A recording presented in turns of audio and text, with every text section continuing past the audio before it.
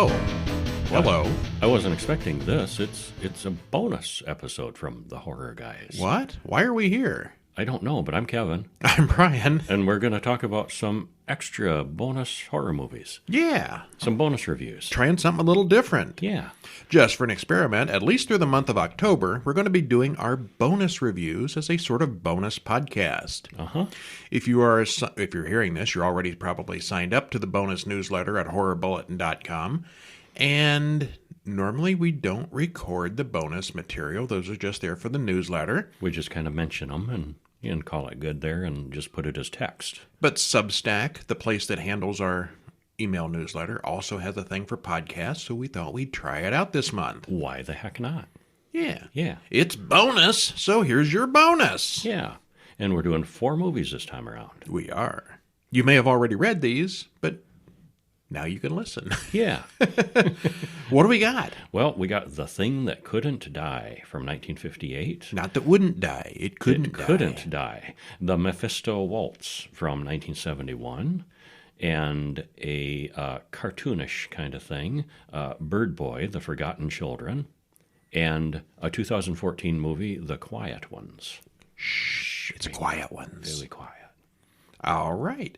And just in case you weren't aware of it, we have the 13th issue of Horror Bulletin Monthly magazine is now out. Go to horrorguys.com/monthly and you can pick that up in ebook format for pretty much any platform you do ebooks with. Wherever fine ebooks are sold. Or you can get it as a paperback. And, The paperbacks look really slick. flip through it to your heart's content. I know Yes. I'm not impartial, but, they really do look good. They are nice. Yeah. All right. What are we doing first? Well, let's talk about The Thing That Couldn't Die from 1958. And moldy oldie. Yeah, black and white, directed by Will Cowan, written by David Duncan, stars William Reynolds, Andra Martin, and Jeffrey Stone. Yeah, I looked at that twice too. It's not Andrea, it's Andra. And, big names that you've heard of. No, not so much. It's kind of like, everything about this is kind of unknown and kind of, you've never heard of the people and you've never heard of the movie. And, yeah, just... It's forgotten for many reasons. Yeah.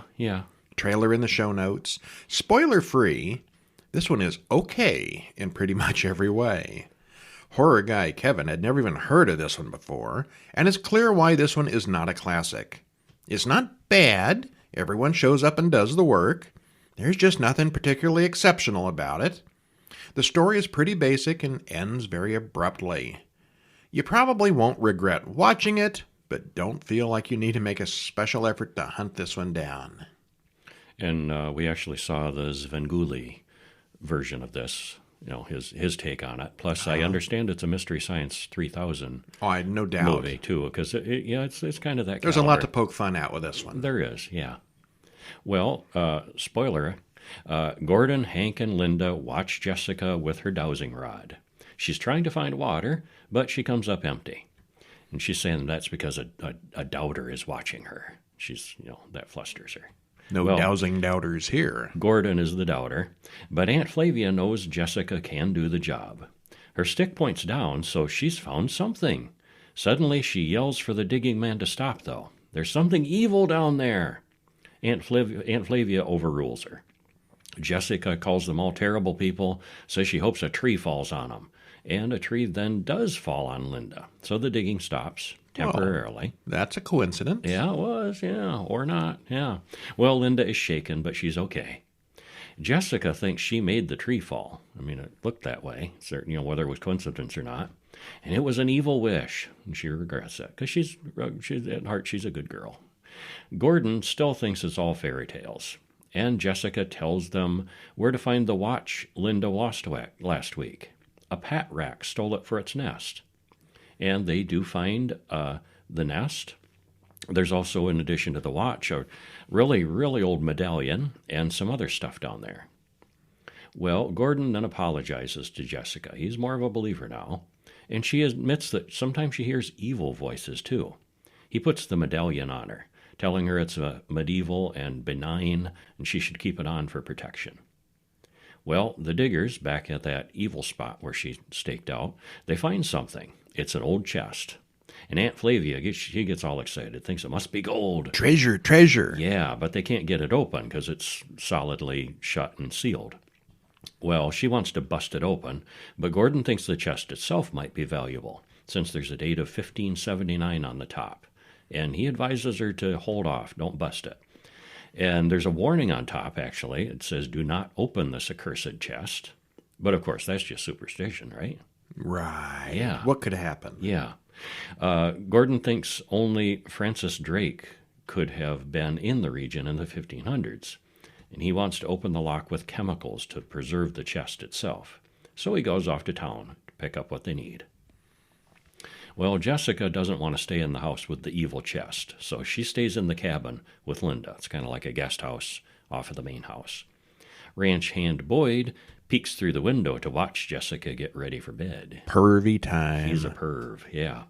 And then Boyd goes into Aunt Flavia's room with a knife and steals the key to the door where the chest is stored. They locked it into a room. Aunt Flavia was kind of paranoid, and she's actually got a locking purse. And he just cuts through the side of the purse, gets the key. His sidekick, Mike, is really strong, and he thinks he can open the chest without destroying it. Just kind of bend the metal seam things. And if it's full of gold, who really cares if you destroy it? He doesn't. Mm-hmm. Yep. No. Well, Mike does open the chest, and he finds a head inside. What? Yeah, not what they expected. And it's a living head. Opens its eyes, and it hypnotizes Mike. And then Mike kills Boyd. Flavia calls Jessica to help, and they find the chest open and empty.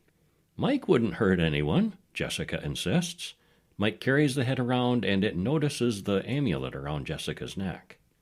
Well, Gordon returns, and he brings Julian Ash, the president of the Historical Society. Well, the police don't show up right away, so Gordon suggests that Jessica use her stick to find the wounded man. Does dowsing, I know dowsing rods, people do them, but to use it to find somebody like that, is that a thing? All depends on the mythology you believe. Yeah, I guess. Well, Julian reads the inscription on the chest, and the disembodied spirit of Gideon Drew was said to be inside. And while they're fussing around in the chest, no one notices that Jessica has wandered on into the woods following her stick. Well, Mike and the head of Gideon see her coming. Gideon can't speak, but he communicates with Mike telepathically. And Jessica gets a flashback to 1593, watches as Gideon is beheaded, and his head and body are buried separately. He is cursed to never die. He couldn't die. Well, Jessica wakes up from her flashback and finds Boyd in the hole where they found the chest in the first place.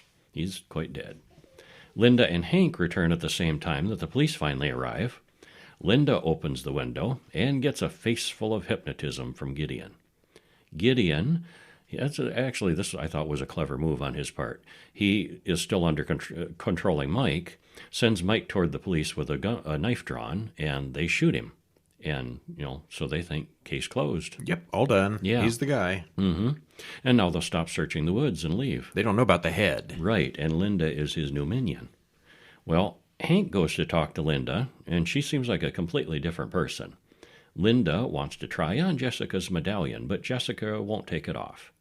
Linda suggests that maybe Jessica can help them find the other casket, the one with the body. Jessica gets upset and storms off. And Julian suggests that maybe Aunt Flavia could do the dowsing rod, because the ability is supposed to run in families. Right. Mm-hmm. Can't argue with the science. No. Yeah. Well, Jessica lets Gordon have the amulet back before she gets in the car with Linda, who volunteers to take Jessica to the bus station. And then Linda gives Jessica a hat box. What a nice present. Except she opens it and there's a creepy hypnotic head inside. And now Jessica is under its power and decides not to leave the ranch. Now, Jessica suddenly wants to help find the other chest. And she changes to all black now because she's evil. Yeah, that's quite a dramatic change there. None of the other hypnotized characters changed clothes or became evil-looking or slutted up or anything. No, but she did. Yeah. Well, everyone goes out to the woods to look for the body. Takes a while, but she finds the spot. They all dig. Soon they find the coffin. Evil Jessica kisses Gordon because she's easy now. They lug the coffin back to the house. Jessica goes to get the head and winks at Linda conspiratorially. The coffin opens and the dead, headless body stands up. Yikes. Jessica walks in and hands it the head, and they become one.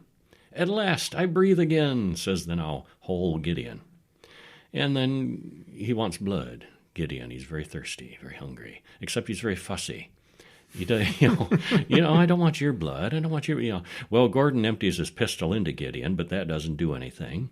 Gideon pulls a knife and picks around whose blood he wants to drink.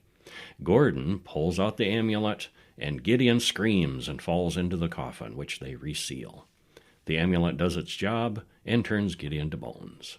Wow. Lucky they found the amulet first. Yeah, which just happened to be there. Which just happened to be his kryptonite. After 300 or 400 years, and they found it buried in the tree. Heck of a coincidence, yeah.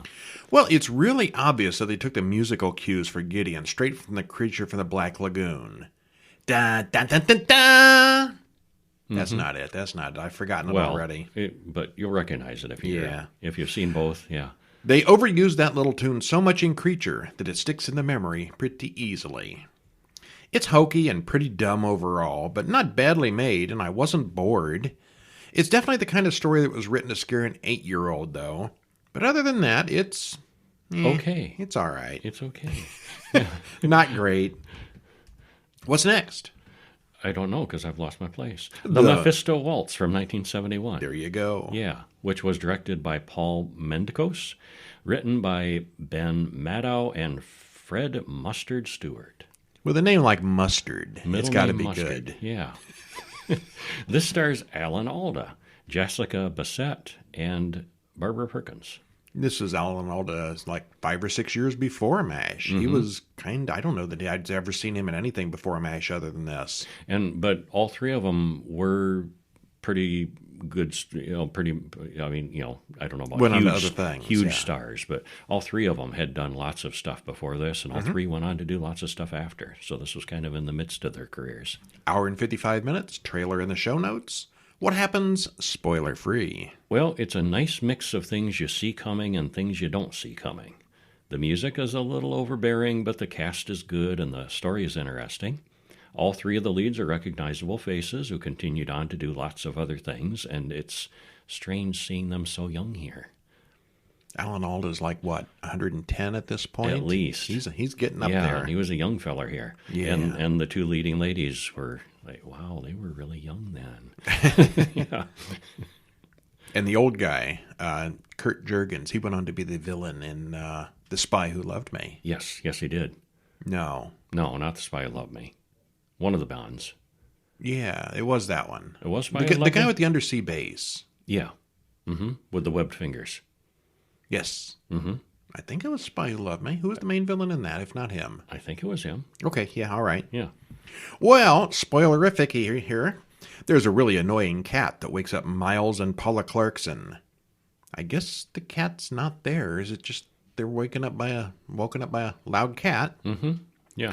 Well, Duncan Eli calls, and his daughter Abby answers the phone. Miles is a musical journalist, and he's got an appointment with Eli, who's world-renowned for his playing. Eli is arrogant and grouchy, but he wants to hear Miles play. Miles went through Juilliard, but wasn't good enough to become a pro. Eli, it's spelled strangely. Eli likes his hands. He likes those hands a lot. Eli's daughter, Roxanne, likes his hands too. And immediately, that's when I said, he's going to take over his body. Why would you think that? Just, the way he was admired, I'm thinking he's old. Here's a fit young guy with beautiful, perfect, piano hands. He's going to somehow possess him or take him over or something. Well, there's a dinner party, and Eli discusses death. Roxanne thinks Miles should be a concert pianist, but he has no confidence. Still, he plays a duet with Eli, and he keeps up with the old man. Eli's dog doesn't like Paula very much. The next afternoon, Roxanne, Eli, and his entourage come to visit Paula's boutique. Just to help out on their opening day, he claims, but Paula wonders why they did it. Are Eli and his friends just generous and eccentric rich folks? Paula's assistant remembers reading about Duncan Eli's wife being murdered by a dog. Eli has many nosy questions about Paula and Miles. It's like the old man is studying Miles. But yeah, she's not entirely wrong. They are being suspiciously friendly and generous. A little too nice. Yeah, yeah. Duncan Eli then throws a costume party, and even the dog is wearing a mask. Yeah, that was unsettling. What mask was it? William Shatner mask. Same as in the same mask from the Halloween movies that came out like 6 or 7 years later. Uh-huh. It soon becomes obvious that Roxanne is more than a daughter to the old man. Ew. Kissy kissy. You. It quickly gets a little too overwhelming for Paula, who goes upstairs to get away from the crowd. She wanders into the office and finds some weird-looking occult stuff, as well as a very angry guard dog. Roxanne comes in and mentions that she wants to do a face mask of Miles. Not long after, Miles sits for the plaster work. While he sits there, Duncan stumbles in and he's not healthy. Miles goes home really late, and Paula is both jealous and annoyed. "I hate Roxanne," she snipes. "I don't want you to go there anymore. They're too damn friendly." Miles explains that Duncan has leukemia and is going to die soon. Well, that makes it okay. Yeah, well, it does soften her opinion a bit. Miles actually donates blood to help the sick old man, and he passes out afterwards. Roxanne gives the sleeping man a funny look and says, "Goodbye, Miles." We then see Roxanne draw a pentagram on the floor while the old man recites from a book in his bed. She feeds Duncan some of Miles's blood and puts a blue dot on Miles's forehead. At midnight, the old man dies, and she places Miles' face mask over the old man's corpse. Switcheroo. Miles wakes up and admires himself in the mirror. He stumbles downstairs and looks at his hands. Those young hands. Miles then goes home to Paula, and he likes what he sees there, too. At the funeral, Roxanne does more spellcasting, and most of Duncan's friends are right there. They're either all in on it, or they don't think it's strange. Then it's time for the reading of the will. Miles gets a Steinway and the entire collection of musical scores, as well as $100,000 in cash. Cha-ching. And we did a little check on that. That's like almost $1 million today. A lot. Roxanne gets everything else. Miles starts forgetting things he ought to know, and Paula notices that he's also a lot more romantic than he used to be. It must be all that money. Roxanne gives their dog to Abby, who falls in love with the animal, but Paula says she has to give it back. Abby's their daughter. Yeah. Who's not really in on a whole lot. No, I don't think she shows up much after this, does she? Just to die. Oh, yeah, right. Yeah. Miles has given up smoking and doesn't like the scotch at home. Roxanne gives Miles a key so he can play on Duncan's grand piano anytime he wants. Almost like he's a different person. Well, it's really technically his inherited piano, but he has no room for it in his little house. So he visits Roxanne a lot. Wink, A wink, lot, wink, yes. Wink, nudge, nudge. Visits in more than a piano kind of way. Yes. Paula thinks Miles wants to be someone else. He's changed. Roxanne and Paula watch Miles playing, and he's gotten a lot better. Roxanne says she can fix it so Miles can take over Duncan's scheduled concert tour this Friday. Now, the guy had Slide right into leukemia it. and knew he was about to die. Why would he sign up for a bunch of scheduled concerts, that extend well after his predicted death time? Optimism. Plus, Or he knew this was coming. up, I guess. Yeah, he planned this was coming. Yeah. Paula dreams that Duncan comes for Abby. Sorry, it's part of the bargain. He puts a blue dot on her forehead as she sleeps. Abby comes in and she's had a similar dream, except she actually has a blue dot on her forehead and a fever to match. Abby then dies in the hospital shortly thereafter. That escalated real fast. It did, but that was the price for the exchange. Yeah. Paula thinks Duncan had something to do with it, even though he's dead. She remembers Roxanne's occult book in the library, so Paula starts researching things, starting with Roxanne's ex-husband, Bill. She wants to know if Eli's former wife was murdered by their dog. Well, Miles does the concert, and he's great. Afterwards, he's more interested in Roxanne than Paula. So is it still incest if you're in somebody else's body? There's a moral question. Well, technically, I guess it'd be different DNA. Yeah. So, no. Yeah. Spiritually, it's spiritually incest. Yeah, I guess. definitely. Yeah. Physically, it's no longer. Yeah. Bill is there at the after party, and he talks to Paula about Satanism and the murder of Mrs. Eli. Roxanne sees him talking, and Miles is offered the rest of Duncan's tour all over the country. Because, everybody who'd heard of Duncan Eli wants to go see this nobody. Yeah, that seems weird. Yeah. Bill and Paula meet the next day, and he says he doesn't believe in the devil. They end up back at his place, and he says they play with witchcraft so they can do anything they like. He thinks Duncan got Roxanne pregnant, which led to a miscarriage. The next morning, Paula finds Bill's dead body on the beach, and he's got a blue dot. Yep. She tells the police that her husband killed Bill. Not really, but someone who was using his body did it. The police are not real impressed with that story. Yeah, for some reason they're skeptical about that. Paula goes home and has a dream that Miles and Roxanne sneak into her bedroom. She tells them she knows what's going on, and they put the blue dot on her. Paula dreams that Miles and Roxanne have sex right there in her bedroom while she sleeps. Was it a dream? Yeah, I don't think it was. Maybe. Maybe. You can't tell. You can't tell for sure. She gets in the car and goes to Roxanne's house. She breaks in and takes some of the blue liquid from Roxanne's office. The guard dog then attacks her, but she grabs a knife and kills the dog. This dog, when the dog dies in the movie, that's always bad, but this dog kind of had it coming. It did, yeah. It was a bad dog. She takes the blue stuff and the magic book and leaves. She wrecks the car on the road. She wakes up in the hospital, and the doctor thinks she may have had a minor stroke. She thinks they did this, just like with the others. Her friend Maggie says Paula should get a divorce. No, she wants to keep Miles, even if he isn't really Miles. He's better now that this old man's taken over. He's not the same, but he's better. He's okay, yeah. Paula starts studying the satanic book. She then does her own ritual. The literal devil walks in, and she's ready to bargain. And that was really neatly done, I thought. You don't see the devil. She's on the footsteps floor. outside the door. You see the clip-cloppy hooves under the door, and then the door opens, and you see this big looming horned shadow. Yeah, that was neat. That was really well done. Low budget, no special effects, but it's still well done. Yeah. Well, she rushes over to Roxanne's house and tells her the master is on her side now. Paula pushes her down the stairs to knock her out, pulls out a syringe to get some blood, and completes her own ritual. Well, Maggie then comes over to Paula's place later that night and finds Paula dead in the bathtub of a suicide, with a face mask of Roxanne over her own face. Only her body is dead.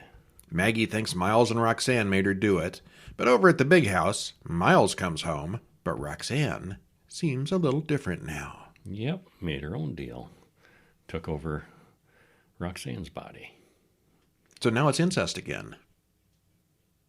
No, not at all. Yeah, okay. No, it's just the married couple. Yeah. Oh, this is complicated. It is. Yeah, it's not. No, no longer incest. Well, this one is probably most noteworthy for having a pre-MASH Alan Alda as its star. As soon as Duncan expressed interest in Miles's hands, Kevin said he was going to steal the younger man's body. Mm-hmm. Yep, he called it. It used way too much of the blurry, dreamy effect, especially for some scenes that weren't really dreams. Yeah, maybe a little overused. Some of the scenes you really couldn't tell, was this a dream? Well, I think all of it was real, but the blurry effect, you kind of thought maybe it was a dream. Yeah. So you didn't take it too seriously at first. Yeah, I think you were supposed to, though. Yeah. There's also way too much repetition of the same song over and over. It got old pretty fast, even if it is the source of the name of the film. All the music throughout is loud and overbearing. That may just be the mix of the copy we had, but I don't think so. I think it was just, too much music. Yeah, a little bit. Yeah. The twist at the end where Paula does the ritual as well was pretty much unexpected for both of us. Yeah, I did not see that coming. Yeah, so basically Paula wound up with Duncan, which wasn't the outcome I was expecting. Mm-mm. I guess it's really bad if you're... Oh, I mean, Roxanne was evil. She had it coming. Yes. Miles didn't do anything wrong. No. He was a good guy. Okay, well, Yeah. a little twist ending there. Yeah. So it takes us up to 2014 and The Quiet Ones, directed by John Pogue, written by Craig Rosenberg and Oren Moverman, stars Jared Harris, Sam Claflin, Olivia Cook, hour and 38 minutes, and there is a trailer in the show notes. This was, we did this one in our Hammer Horror book. So if you want to read more, check out the Horror Guy's Guide to the Hammer Horror. What is it? The Horror Guy's Guide to the Hammer Hammer Horror, I guess. Hammer Horror. You'll figure it out. It's horrorguys.com/books. It's the Hammer one. You know you've done too many books when you can't remember the exact Yeah, title. exactly, yes. But I did not hear about this one when it came out. No, me I don't neither. think this one was marketed very well. Yeah, it really went under the radar. Yeah. What happens? It was okay, yeah. Well, we start at the University of Oxford in 1974. Professor Joseph Coupland is giving a lecture about a case he worked on that involved a ghost. And some of his students get upset and quit the class. Ghosts. That's nonsense. Yeah. He approaches Brian, one of the better students, to work with him and document his experiences on film. Well, they record a girl, Jane, who sees ghosts, and had one that inhabited Evie, a doll. A steam pipe burst during the interview. Well, they keep her locked in a cell for her own protection. Things would happen, furniture would move, things would catch on fire. The professor doesn't think it's schizophrenia. Don't look into her eyes, warns the professor to Brian. Well, they want to prove that she can project telekinetic energy, and if they can, they think they can cure mental illness for good, which is kind of a leap, I thought. Yeah, some of these old bad science horror movies, they're like that. We can cure all of evil with this discovery. We can wipe out all mental disease with this discovery. We can beat death itself. One of those, yeah. Well, the professor tells the story of David Q, the child in the opening video. He could do telekinetic havoc. And the professor thinks it's all mental illness. He doesn't believe in the supernatural. Well, the provost pulls the funding for the experiment, so they need to move Jane. They blindfold her and take her to an old place out in the country. They hypnotize her and finally get to hear from Evie. They repeat the experiment later. This time they burn her with a candle. Yeah, this is just, the science, the ethics of the experimentation here. It's a mess. Yeah, it's a mess. This was, human subjects are supposed to follow quick, very regimented rules on how you can treat your subjects. Torture is usually frowned upon. Throw these out the window for this movie, yeah. Well, Brian objects to the way they are treating her. And that night they find her mutilating herself with cuts. And in one session, she describes a fire, and the doll in her hands burns up. And then something strange comes out of her. And they do catch it on film, but it's really distorted. Joseph calls it teleplasm. Eventually, Evie makes herself known and bites the professor on the hand. Brian starts thinking it's all fake, and the professor is a fraud. Brian smashes the Evie doll. And right at that moment, June falls over bleeding, almost like they're connected. Well, they take a photo of her aura, and they can literally see Evie in the photo. So the question becomes, did Jane create Evie, or does she control Evie? And more, it's starting to look like Evie came from somewhere else, which suggests the occult. And the professor is completely unwilling to accept the idea. He thinks it's all just science. It's all mental. Harry and Chris go back to Oxford. Brian goes back there to do some research as well. Brian finds out that Evie is actually an ancient demon, caused a lot of trouble in 1954, and it now possesses Jane. Everyone fights with Joseph. And they also learn that David Q wasn't Joseph's son, and later on was the victim of a suicide. Oh, he was Joseph's son. Oh, he was Joseph's son. I misread that. Yeah, that's right. Yeah, I had that mixed up. Well, symbols? Sigils, that's how you say that word. Sigils start burning into all four of the scientists, and within a minute, Chrissy and Harry are dead. Jane figures it out. She's Evie Dwyer, and she's the survivor of a cult. She killed the entire cult. Joseph ties Brian to a chair, and he plans to kill and resurrect Jane. Brian knocks out Joseph and brings Jane back from death. But has Evie left Jane's body? No. Jane does a quick, spontaneous human combustion trick, and the film ends. Poof. Yeah. Yeah. Well, since it takes place in the 70s, this is as much of a period piece as any of the other Hammer-type films. It's just a different period. The main story alternates with Brian's video footage, giving it a bit of a found footage feel without actually being found footage. Mm-hmm. Every time Evie shows up, the sound gets super loud and distorted, and the camera shakes all over. It's really annoying, and it takes a lot of the fun out of the movie. You don't have to pay a lot for special effects, but don't spoil what you've got. Just shake the camera, when in doubt. Yeah. It goes on for too long, and it's really not that interesting. It was nice seeing the scientific side of the investigation, but the main plot itself wasn't interesting, and the ending was just not so good. Yeah. What's next? Birdboy, The Forgotten Children, a animated film from 2018, which was directed by Alberto Vasquez and Pedro Rivero, and the runtime is 1 hour 16 minutes. Trailer in the show notes, There like is a always. trailer. Yeah. Yeah, this one is available, I think, on Shudder. It's just recently came to Shudder. It's a 2018 movie, but it's just released in this country with subtitles. So it's a subtitled cartoon even. And it's not for kids. No. Don't think your children should watch this. Well, we see how the land was taken over by industry and pollution, and all the people had to go to work in the factories. Then the nuclear bombs wiped out the island, killing nearly everyone. Now, later on they explain that it was, wasteful pollution and all that, but it's very clearly atomic bombs. Okay. Yeah. Now it's all a post-apocalyptic wasteland. Of course, this is all before the child that we're talking to's time, so he doesn't remember what life used to be like. These are two rats out scavenging in the garbage. The scavenger rat's child wants to see inside the old lighthouse, which looks like it's still intact, but his father warns her never to go there, as not everything with a body is alive. What? Birdboy wakes up in his nest, takes his pill, and flies through the dead trees. Dinky gets up, takes his pills, gets a load of guilt from her parents over not going to church anymore, and then she whines that they don't understand who she really is. So basically the animals have taken over the world and they're as intelligent as people now.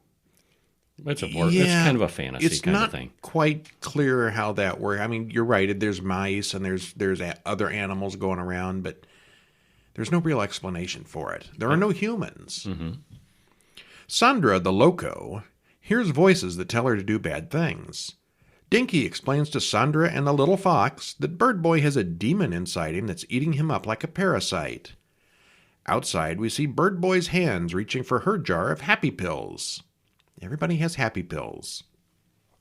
The trio inside talk about moving to the big city, but they don't have any money to get a boat. Could they steal it? Dinky writes to Birdboy and asks him to go with them. Zacharias the pig is a fisherman with a boat, and he hates having to deal with Birdboy. Zacharias brings in drugs, and he gives them to Birdboy. Birdboy takes them and passes out. Happy pills. Yeah. He brings in the drugs, the only thing that helps Birdboy control what's inside him. Birdboy then takes the drugs and has a nightmarish dream about flying monsters that eat his guts out. Yum. Well, the police are hot on Birdboy's trail because Birdboy's father did something really terrible and they killed him for it. Zacharias' mother is sick and in pain upstairs, but he warns her not to over-medicate. She lays on the guilt trip too. Oh, and his mother is something. Yeah, this one's hard to explain. She's a giant pig, because he's a pig. They're pigs, yeah. But she's really a big black spider that crawls out of the pig's nose. Like the spider is driving the pig. Yeah, it's weird. Yeah. Meanwhile, the three kids are downstairs stealing Zacharias' piggy bank. They barely escape the killer spider, the mother, before Zacharias kills it. Back on the dock, the police have found Birdboy and are shooting at him, and he runs and jumps into the boat for shelter. So animals have guns, too. Oh, yeah. Yeah. He flies off, but the policeman shoots him in the back. Birdboy then crashes into the dead woods and must walk at that point. He goes into a dark cave with only the light from a firefly to follow. Inside is a world of green, untouched by the atomic horrors of the rest of the world. After spending some time there, the old bird who runs the place tells Birdboy that he needs to go back to his own people. Well, the scavenger rats that we started out with find Dinky's walking alarm clock and keep it. There's a whole little sub-story about this alarm clock and Dinky's father giving it legs and making it walk, and it's like a sentient alarm clock. Another rat comes and gets territorial, and they fight to the death. Back on the mountain, the voices in Sandra's head tell her to kill Little Fox, but she ignores them. We get a flashback showing us that Birdboy and Dinky were boy and girlfriend. Dinky, Fox, and Sandra make it to the junkyard where they run into a greedy scavenger rat. He tells a sad story about how he lost his hand for stealing. They ask about Hangar 27, which is where they're heading. The old rat offers to show them the way. They arrive there and meet Uncle Klaus, who deals in contraband of all kinds. They want a boat. They can't afford a good boat, but he offers them an inflatable duck boat. It's basically like an inner tube with a duck's head on it. And, of course, and it talks. Yeah. Because it's that kind of movie. The boat begs to go with them, and it tells a sad story about losing his family as well. Birdboy has gone back to his father's lighthouse. It's full of demons, and Birdboy releases the one inside him. He then finds a photo of himself and his dead father. The three kids run into a rat gang who beat them up and take everything. They are marched into Rat City and talk to the leader of the rats, who calls his scavenger people the Forgotten Children. Back at the lighthouse, the kid's parrot runs into Birdboy. The demons all go inside Birdboy, which makes so much noise that the rats hear it on the other side of the island. The demon attacks the rats as the children make their escape. This goes badly for the rats, as the demon can breathe green fire like a dragon. Cool. Dinky doesn't want to leave because she recognizes Birdboy. Demon-possessed Birdboy claws at Dinky, but she hugs him and calms him down. Birdboy flies back to the lighthouse, which has now been activated. The kids ride the rubber boat through a storm, and the boat sinks, because it's just a little inner tube after all. Poor little ducky. The police arrive and shoot Birdboy. Sandra wants to save Dinky, but the voices tell her not to. From out of nowhere, Zacharias arrives with his boat to rescue the three children, but Birdboy sinks to the bottom of the ocean and drowns. Dinky goes home to her horrible parents and listens to them scold her for skipping school today. The next night, Zacharias reels in Birdboy's corpse on his fishing line and watches his soul fly away to join many others. Dinky sees them outside the window and follows them all as they lead her to the Cave of Green. The end. Very weird. Very weird. It's an interesting but bleak world full of strange talking animals, animated trees, sentient alarm clocks, and a bunch of other stuff. Most of the characters battle their own internal demons, which are shown here literally as black things with red eyes. We meet lots of characters and see lots of things, but it all takes a long time to finally come together and make sense. A whole bunch of stuff happens until it all ties together. Yep, stuff happens. It's weird and very surreal, and it's probably not for everyone. Definitely not for the kids. Would you give it a thumbs up overall? If you're into surreal cartoons, yeah, I guess so. Yeah. Straight up horror, no, not really. It's just weird. It's a weird. Creepy weird. and unsettling, and yeah. Well, of these, I'd give Mephisto Waltz definitely my best thumbs up, my strongest thumbs up. Yeah, that was very entertaining, very watchable. Actually, none of these were super great, actually. Oh, the Mephisto Waltz, I thought was very good. Low key special effects, movie of the week kind of stuff, really. But it was good. It was well done. Yeah, right. I was entertained by that one. So our first bonus podcast has 4 movies that were not outstanding. Yeah. We have chosen poorly for our first episode. Well. Okay. All right, well, what did you think of this? You liked the bonus episode in your newsletter feed? Let us know. Yeah. Email us at email@horrorguys.com. Let us know what you think. Feed us back.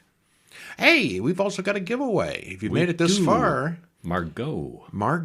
It's about the... a smart house. A smart house that goes badly. Yes, we've got 5 promo copies to give away. Alexa on steroids. Don't say that too loud. Lady in the Tube on steroids. Yes. Oh, yeah. Email us. Email address is called email@horrorguys.com. Say, hey, I heard on the bonus podcast that you're giving away a movie. And I'll send you a promo code. Yeah. Yeah. And that's it for this week. We will have another bonus episode for you in probably 2 weeks. 4 episodes in a show. And 2 episodes in a bonus episode. So, yeah, be 2 more weeks. Until then. Yeah, I'm Brian. I'm Kevin. See you in 2 weeks. See ya.